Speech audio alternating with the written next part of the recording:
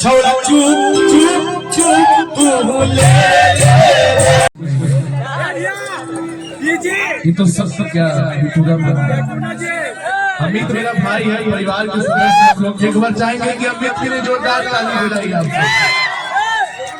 और आप इस वक्त पहली बार आए हैं, हमारा तो चौथा साल है, जो भी यहाँ आता है बार बार आता है। आपका भी आनंद परिवार में स्वागत है।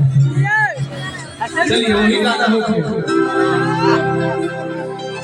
अच्छा वो गाना है कि पुष्पा झुकेगा नहीं कि तोरा बहिन के रूप में हम बताबो ही लेके घरे से आबो ही।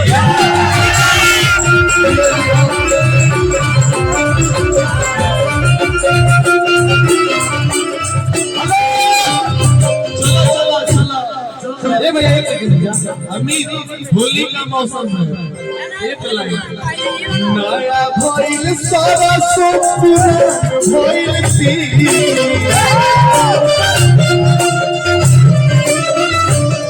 अरे नया भइल सारा सब भइल सी देवा से फसल दिया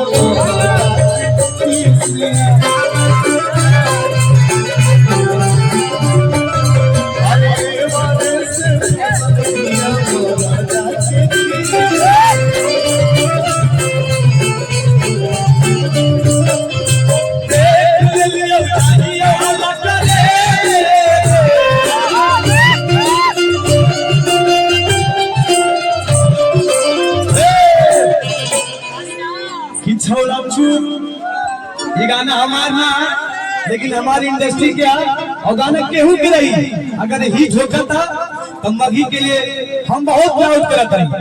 मतलब कि केहू के गाना हमारा छोट भाई आशीष के गाना या केकरो गाना रहे, गाना मेरा इंडस्ट्री का है तो मुझे भी गर्व होता है। क्योंकि मगी को हम उस टाइम से गाते हैं ना जिस टाइम हम लोग शूटिंग करते थे, लोग बोलते थे क्या ये गा रहे थे। आज हमारा इंडस्ट्री इतना ऊपर चला गया है कि लगभग लगता है महीना में 20 करोड़ का टर्नओवर करता है और इससे बहुत सारे लोगों को रोजगार मिला है। हमारे साथ ही 20 लोग जुड़े हुए हैं, सभी को रोजगार मिला है और ये सब आप लोगों की बदौलत हुआ है।